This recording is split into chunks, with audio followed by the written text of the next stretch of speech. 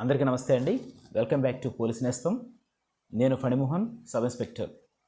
ఈ వీడియోస్ ద్వారా మన చుట్టుపక్కల జరుగుతున్న నేరాల గురించి ఒక అవగాహన కల్పిద్దామని చేస్తున్నామండి. ఈరోజు మన టాపిక్ వచ్చేసి, మీరు ఎప్పుడైనా దొంగలకి ఇన్విటేషన్ ఇచ్చారా? కరెక్టేనండి, నేను అన్నది మీరు విన్నది కూడా కరెక్టే. మీరు ఎప్పుడైనా దొంగలకి ఇన్విటేషన్ ఇచ్చారా అంటే చాలాసార్లు ఇచ్చే ఉంటారు. అయితే ఆ దొంగల ఇన్విటేషన్ తీసుకుని పోవచ్చు. ఎలా అంటున్నారా?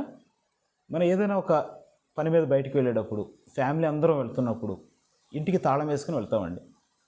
అయితే ఆ తాళం, ఇంటికి తాళం వేయడం ఓకే, కానీ బయట గేటుకి మాత్రం అందరికీ కనబడేలాగా పెద్ద తాళం వేస్తామండి.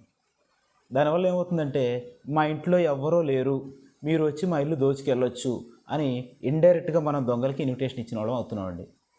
మేము చూసిన చాలా కేసెస్లో బయట తాళం వేస్తున్న ఇంటినే టార్గెట్గా చేసుకుని దొంగలు దొంగతనం చేసిన సందర్భాలు చాలా ఉన్నాయండి. కాబట్టి ఆ తాళమే దొంగలకి ఇన్విటేషన్.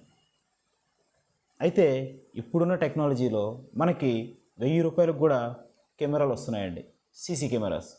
అందులో మెమరీ కార్డు పెట్టుకోవచ్చు. అలాంటి కెమెరాస్ని మనం ఇంట్లో ఫిక్స్ చేసుకోవచ్చు. మనం తాళం బయట కనబడకుండా తాళం వేసుకుంటాం. అలాగే ఇంట్లోపల కూడా చిన్న చిన్న సీసీ కెమెరాలు కూడా పెట్టుకోవచ్చు. దానివల్ల ఏమవుతుందంటే, మనం ఎక్కడికి వెళ్ళినా కూడా ఆ సీసీ కెమెరాస్ని మనం ఎప్పటికప్పుడు అబ్జర్వ్ చేసుకోవచ్చు. అందులోనే మోషన్ క్యాప్చర్స్ కూడా ఉంటాయి. ఎవరైనా మనిషి ఎంటర్ అయితే అలారం కూడా మోగే ఆప్షన్స్ కూడా ఉన్నాయండి. లేదు, ఇంకా చాలామంది చేసే తప్పులు ఏంటంటే, ఇంట్లో బీరువా ఉంటుంది, బీరువాలో క్యాష్, బంగారం, ఇంపార్టెంట్ వస్తువులన్నీ పెడతారు. పెట్టి ఆ తాళాన్ని బయటికి వెళ్ళేటప్పుడు ఖచ్చితంగా పరుపు కిందే పెడతారండి. లేదంటే తాళాలు తగిలిచ్చే ప్లేస్లో తగిలిస్తారు, లేదా ఫ్రిడ్జ్ మీద పెడుతుంటారు. ఇవి సాధారణంగా దొంగలు రాగానే ఫస్ట్ చూసే ప్లేసులు కూడా అవేనండి. పరుపు కింద తాళం ఉంటుందని చెప్పి పరుపు కింద చూస్తుంటారు. అంటే మనం తాళం వేయాలి, మళ్ళీ మనం తాళం తీసుకువెళ్ళిపోతే మళ్ళీ ఎక్కడ పోతుందేమో అని చెప్పేసి చాలామంది ఇంట్లోనే పెడుతూ ఉంటారు. అయితే ఆ పెట్టే ప్లేస్ అనేది అన్యూజువల్గా ఉండే ప్లేస్లో పెట్టాలండి. అంటే అక్కడ తాళం ఉంటుందని దొంగలు కూడా ఊహించకూడదు.